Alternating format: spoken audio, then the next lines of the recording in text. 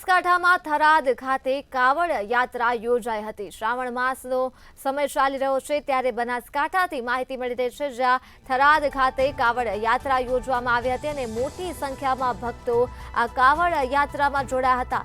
કુલ 7 કિલોમીટરની આ કાવડ યાત્રા યોજાઈ હતી જેમાં મોટી સંખ્યામાં ભક્તો ઉમટ્યા હતા અને જોડાયા હતા। ત્યારે મેઇન બજાર સહિત જાહેર માર્ગો ઉપર આ કાવડ યાત્રાનું આયોજન થયું હતું અને સામાજિક સંગઠનો તથા આગેવાનોએ આ યાત્રાનું સ્વાગત કર્યું હતું।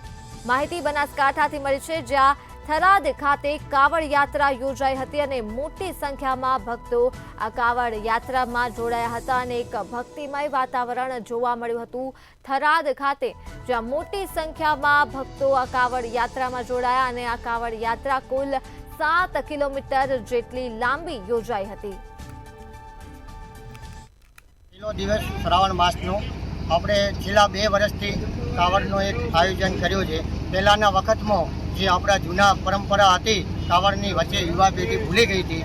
હવે નવેસરથી આપણે છેલ્લા 2 વર્ષથી થરાદની અંદર વિશ્વ હિન્દુ પરિષદ, બજરંગ દળ, જીવદયા સેવા સંગઠન દરેક હિન્દુ સમાજ છેલ્લા 2 વર્ષથી આપણે કાવડ યાત્રાનું આયોજન કર્યું છે। તો એમાં મોટી સંખ્યામાં હિન્દુ યુવા સંગઠન જોડાય છે અને આ કાવડ યાત્રા આપણે શ્રાવણ મહિનામાં 2 વખત આપણે નીકાળીએ છીએ। મરિયા હનુમાનથી નાનદેવી માતા મંદિર સુધી।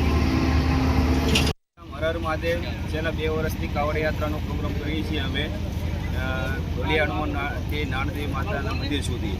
એમાં 70 કાવડિયા ભાગ લે છે અને પહેલા સોમવારે શ્રીનગરથી નાગેશ્વર મહાદેવ મંદિરે કાવડ યાત્રા રહે છે અને છેલ્લા સોમવારે ભોલિયા હનુમાનથી નાનદેવી માતા પાતાળેશ્વર મહાદેવ મંદિરે જાય છે।